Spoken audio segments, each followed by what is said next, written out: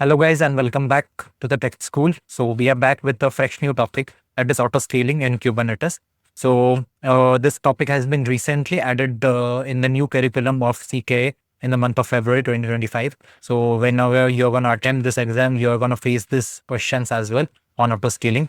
So nevertheless, apart from that as well, if you are interested in just learning Kubernetes concept, autoscaling is an important concept to learn, and from the exam point of view as well, it is very important. So without wasting any time, let's quickly dive into it.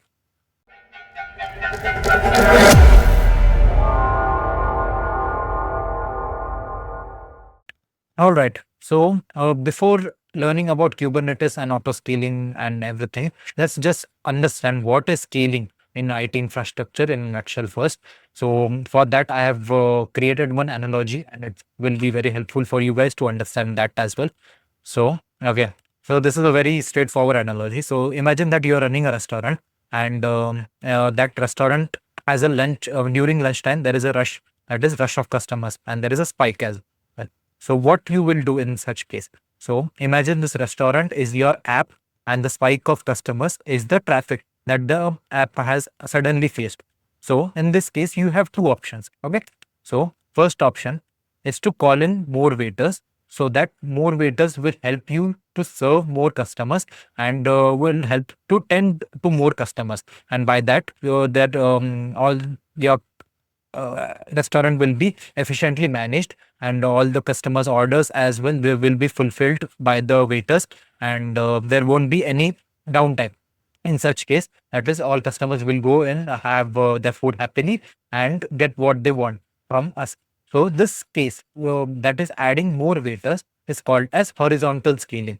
So imagine that we are adding more waiters and not increasing the resources of one single waiter which was already present. So in this case, this is called as horizontal scaling. So adding more waiters. Now more waiters in our case will be pods and attending the rush, that is the traffic that will be hit on our Kubernetes cluster or the application eventually in the end. So this is called an example of horizontal scaling, that will add more waiters and not increase the resources of the current waiter. Yeah? So second example. So like imagine you don't have more waiters. Okay. So what will you do? So what I will do in such case is that we will increase the efficiency of the one waiter that we have. That is, in our example, we'll give that one waiter a more larger tray to serve more orders. Okay. So that will be more efficient for the waiter to tend to more customers and serve more customers their orders without having any downtime in such case. So this case is called as vertical scaling. So in that we are not adding more waiters, but we are keeping the same amount of waiters, that is in our case will be pods, and but giving them larger trays. That is, we will give our pods more resources which than usual that they have already have, instead of adding more waiters. So this is a case of vertical scaling. So hope this was pretty straightforward for you to understand. So we'll see one more quick example. So horizontal scaling is that I have a 10 gigs node and 8 core processor, that is CPU. So in such case, I want to horizontally scale or to tend to more workload or traffic spikes. What I will do is I will add more nodes to my current infrastructure. So I will add more 10 gigs node and 8 core processor nodes. So in the case, in total, I have 30 gigs of memory now. Sorry, 30 gigs of memory and 24 cores of process. That is 24 cores of CPU. So this is called as horizontal scaling. So this will be divided across, the workload will be divided across these nodes. And the second case is vertical scaling. So in vertical scaling, what I have a 10 gig node and 8 core processor. I am not adding more nodes. I am just expanding that node to have 30 gigs. That is, I will add more RAM sticks, or I will replace the CPU and put in a 24 core CPU. So I am just vertically scaling the node without adding more nodes inside it. So this individual node only will handle the workload, but it has more resources. It will have more efficiency to look after the traffic. Yep. Hope you have understood scaling now. So we'll move on to the next section that for which we have came to this video today. That is autoscaling in Kubernetes. So what is autoscaling? It is dynamic way of adjusting resources to handle your application's workload instead of the manual method.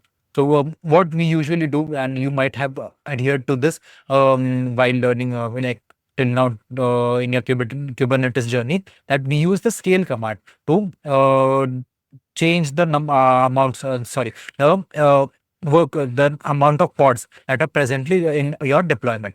So in this example that I have, this is a manual method. So the current replicas is 2, but I want 3 replicas too, because I might be having more traffic spike. So by the changing the replicas to 3, now I have 3 pods to tend to my MySQL server request. So it will be more efficient to tend to this request, and the workload will be efficiently divided between these 3 pods.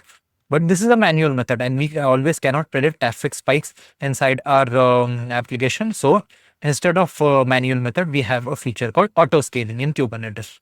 So as we have seen horizontal and vertical scaling now previously in the previous slides. So there is a horizontal pod autoscaler, that is HPA, and vertical pod autoscaling, that is VPA, inside our Kubernetes environment. So these are these two features. So in a nutshell, what is HPA? That it will add multiple pods to increase resources and divide the workload between them. And in case of vertical pod autoscaling, it will increase the existing pods resources to manage the workload that is coming to its end. Okay.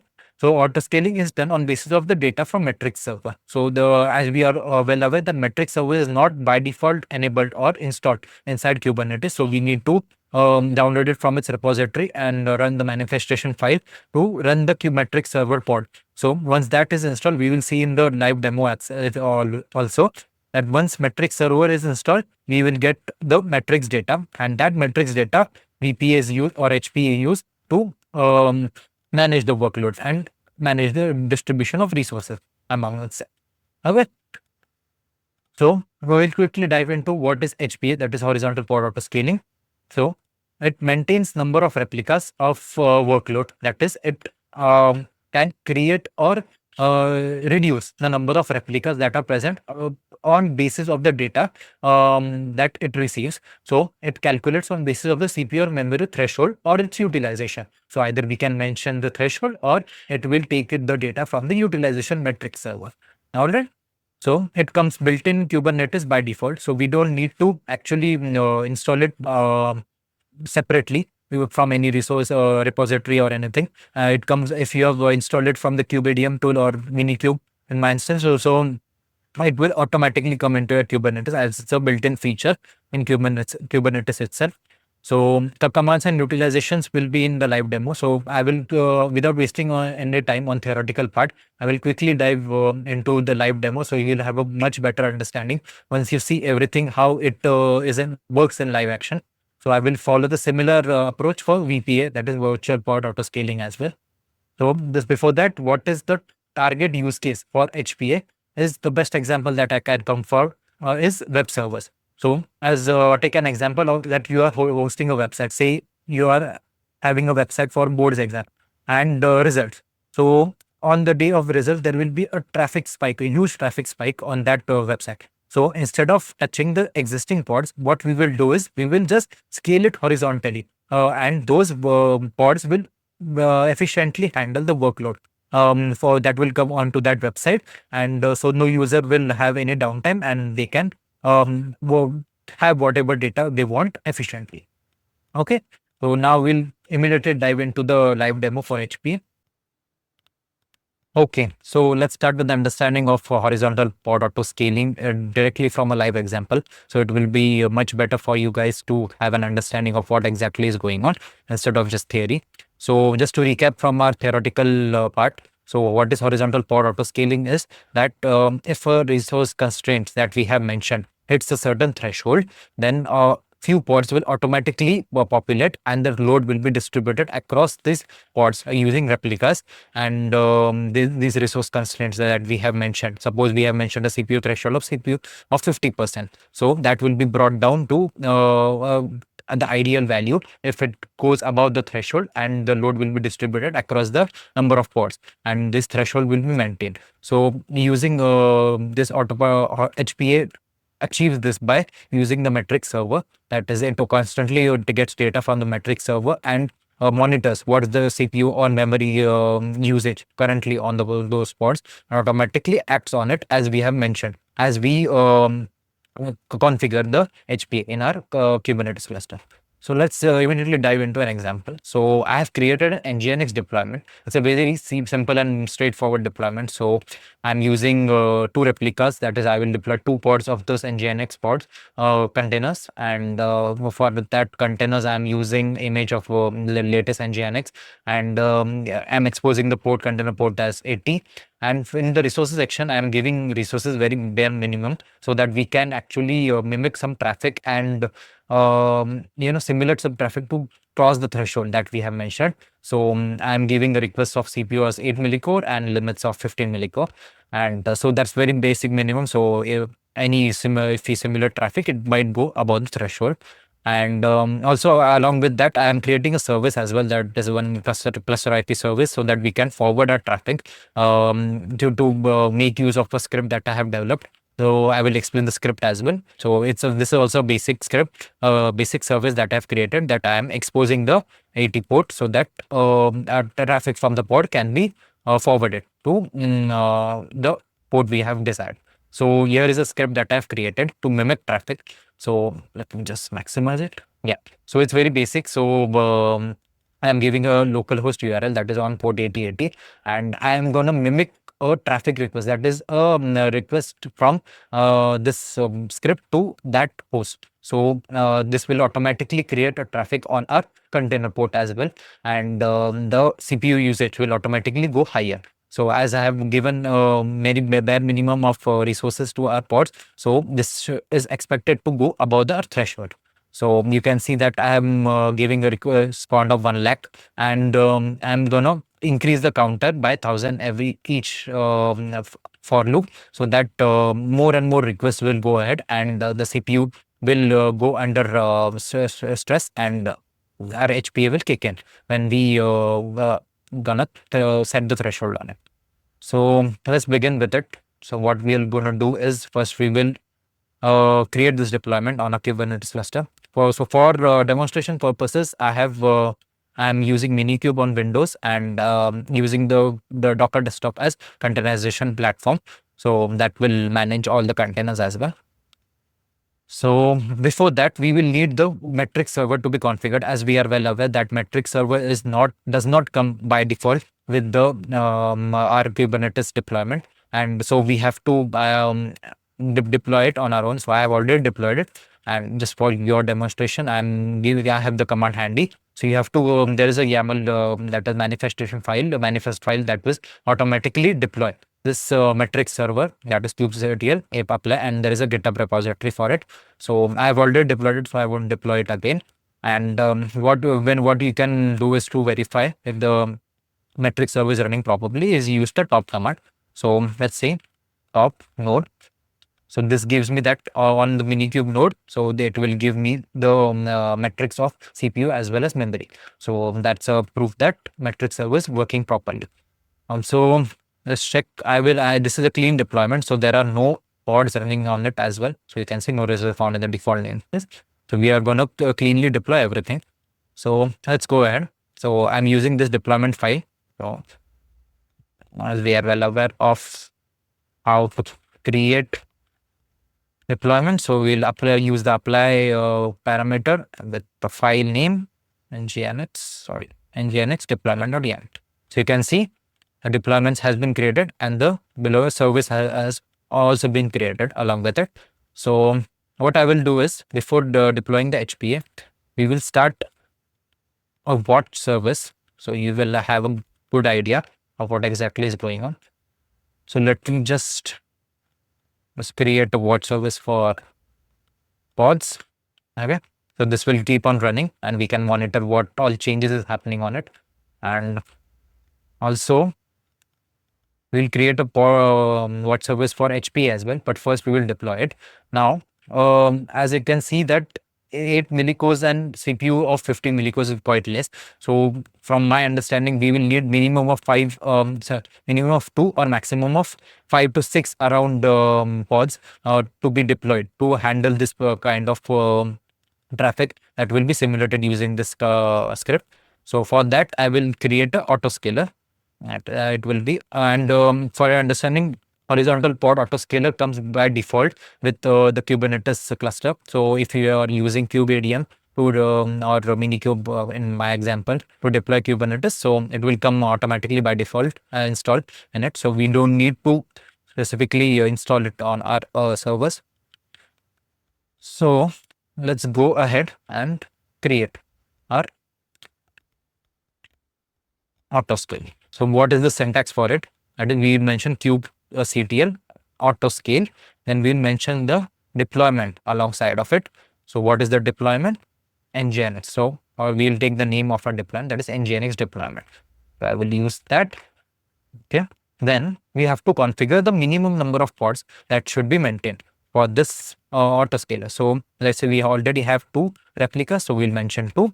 And also along with that, we'll have to mention the maximum number of pods that we want. So I'll mention 5. Okay. And then we want to mention the threshold of what the HPA needs to monitor to keep and watch over the pods and automatically scale up or down according to its requirements. So what we want to configure is the CPU. So I have given the resources on CPU. Sorry. So what we will do is we will give CPU as an example. Let me just type it again. kubectl autoscale deployment. Name of the deployment. Sorry. Okay. Minimum of 2. Maximum pods should be can be maintained is 5. And a threshold. We'll give the CPU threshold. CPU in form of percentage. So it will be, let's say 50%. So as soon as it hits 50% of threshold, the pod should automatically come up and balance the workload, and the threshold should be maintained below 50%. Okay.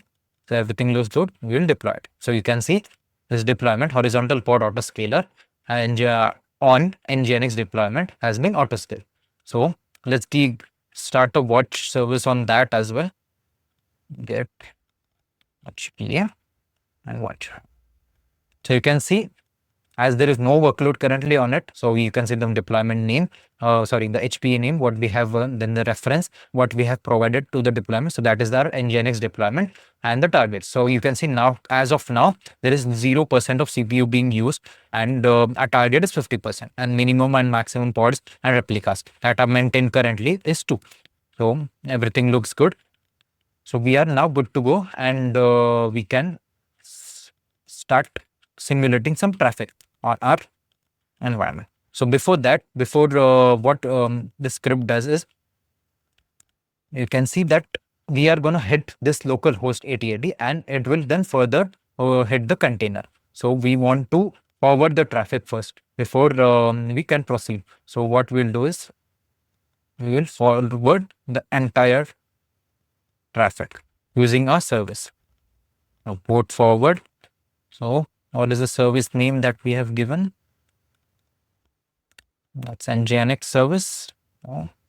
Nginx service. Yeah. And we want to go take traffic from 8080, and our target, our container port is 80, which we have exposed it over here from our service. So now forwarding has been started from 8080 to 80. So this port, whatever traffic gets hit on the local host, it will come to this container. All right. So let it be over here, and we'll create a new terminal and start bombarding a container with, we won't require kubectl. We'll just directly run our PowerShell script. Okay. So now it will start bombarding the containers with multiple requests, and you can see prompts over here as well. So we'll just give some time.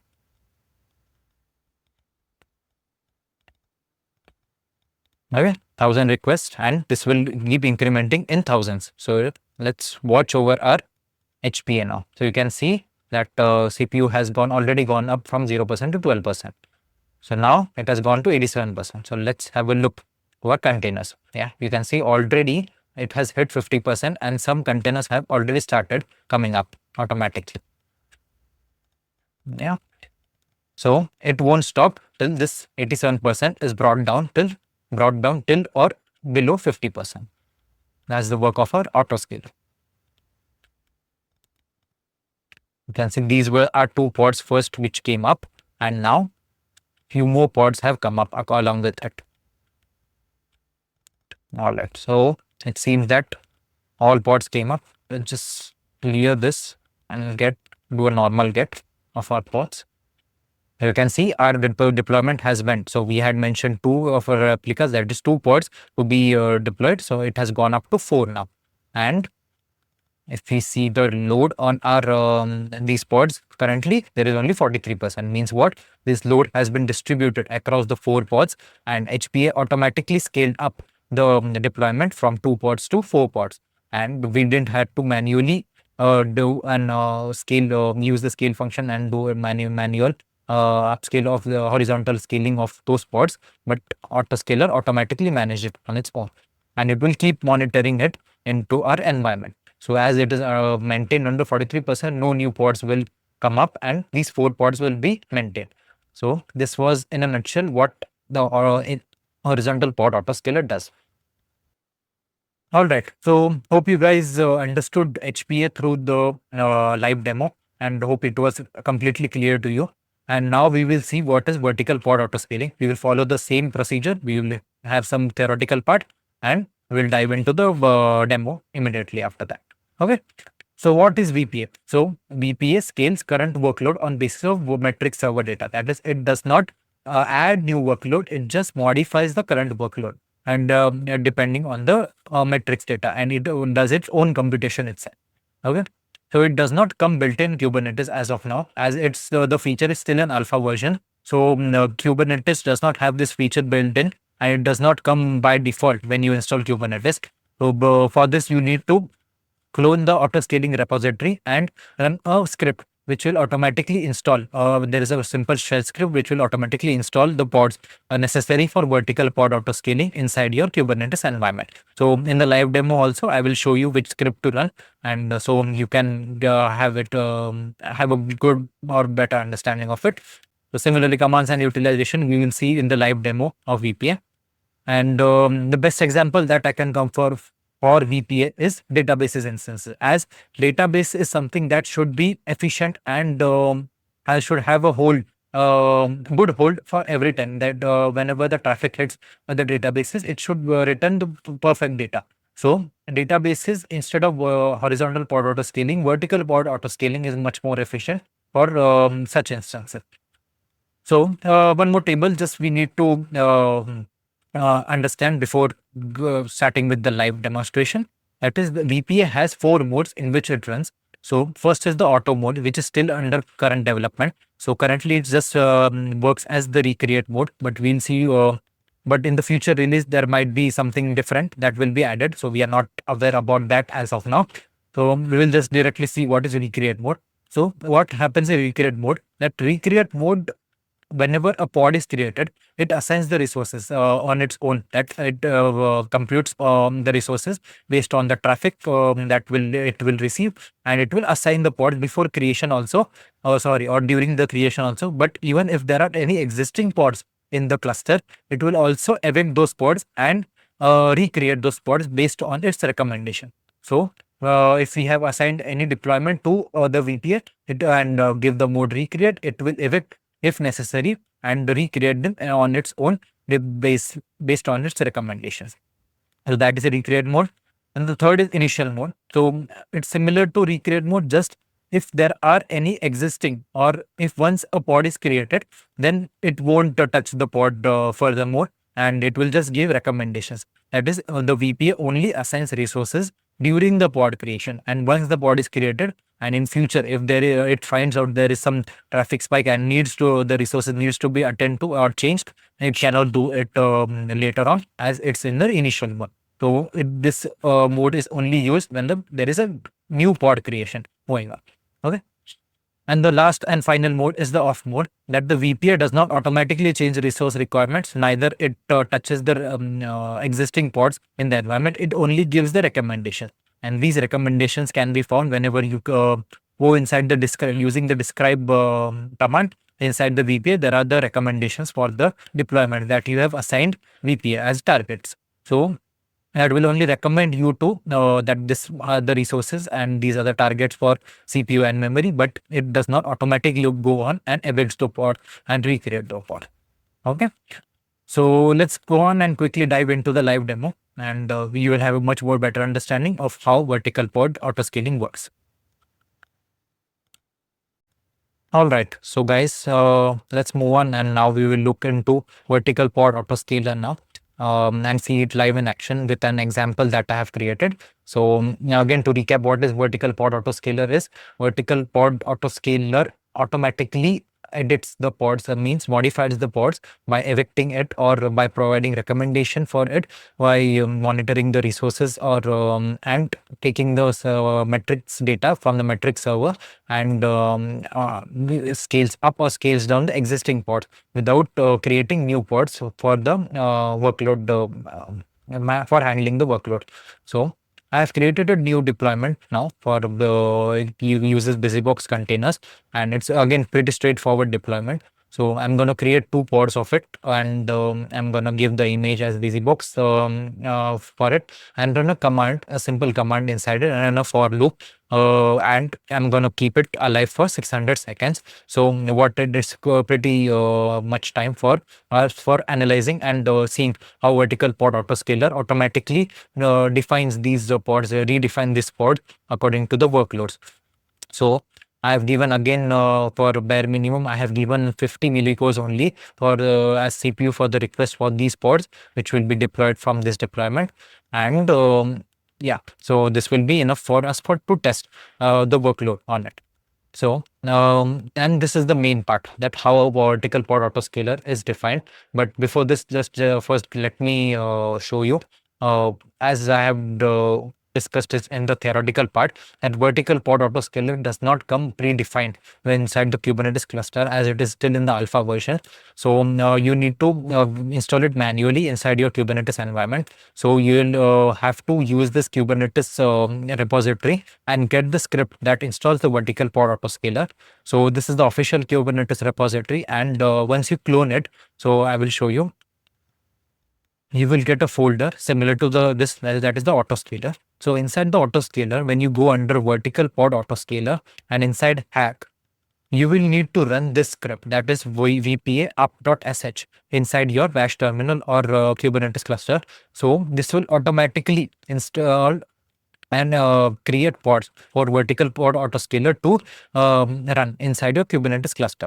Yeah, and how you can, after running the script, how you can verify if everything is up and well is, you can do a get inside your kube system. So all the pods that are related to VPA will be created inside your kube system. So you can see there are these pods created automatically after running the script. So these are vital for for the VPA to run smoothly. So there's the admission controller, the recommenders, and the updater. So all these 3 are vital parts for the VPA to run smoothly. And once this has been installed, you can deploy a VPA for your deployment as well. Okay. So let's move on to the manifest file. So as of now, there is no imperative approach to deploy VPA inside a Kubernetes cluster. So you need to use the declarative approach and provide a manifest file for your vertical pod autoscaler. So the syntax, you can definitely get it from the Kubernetes docs as well. And so the API version is autoscaling.kh.io/v1. Then the kind is vertical pod autoscaler. Name, inside metadata, you can give any name to your VPA. Now this is the important part. So what resources does the VPA needs to monitor and has to monitor and give the recommendations or update the resources. So inside the spec, you need to give the target reference. This target reference will be a deployment that we created above, that is the test traffic deployment. So again, I will give the same parameters here. That is API version will be app/v1, kind will be deployment, and name will be the name of my deployment, which VPA will go and search for. So it should match the exact name of the deployment. And under update policy, I'm giving the mode as auto. As we have seen in the theoretical part, the 4 auto modes in which VPA runs. So auto will give the recommendation as well as evict the pods on its own if it sees that the recommended value does not match with the current resources of the pods. So it will evict or and recreate new pods automatically and upscale or downscale the pods on its own. All right. So let's go ahead and do a get first. So you will have a better understanding. Let's create one more terminal. Okay.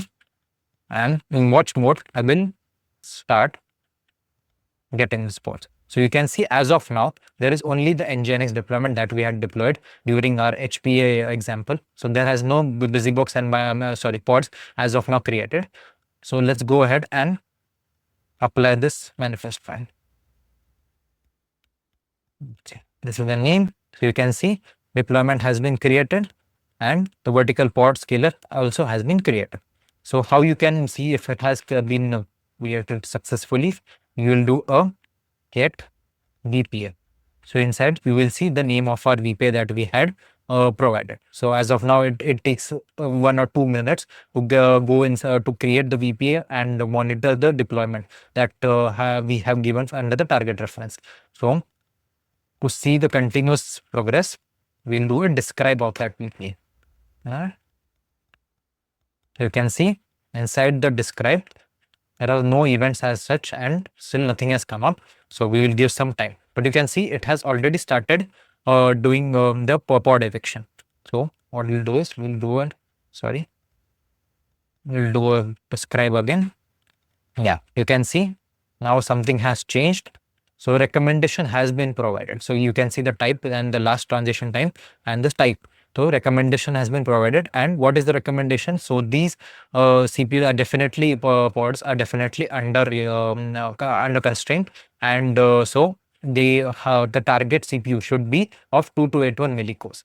And lower bound is 1065 and kept, and this does not matter. But now the pods will be recreated, evicted and recreated with this request CPU resources. So you can see one pod has already gone under eviction. So as this is going on, yeah, you can see the pod eviction is going on and new pods are being created as we speak. So you can check again. Yeah. So this pod, we will do a get of this. Okay. So we will go and do a describe of the pod with the pod name. Okay. So it has not found, it has been deleted from the server. Let's check for new pods. Yeah, a new pod has been created now.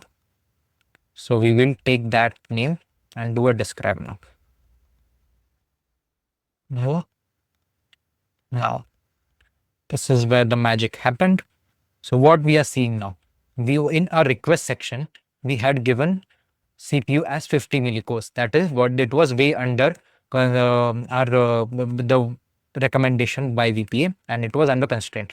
But now VPA has done its magic and request has been modified to CPU of 2281. Now this was the same target that we had seen in the target section of our VPA when we did a describe. So both the pods now will be evicted. You can check again and new pods will come up. You can see the events as well. There were events. Yeah, both the pods have been evicted and resources recommendations has been applied. So if you see both the pods and do a describe of it, you will see the CPU request has been modified to 2281 as we have seen.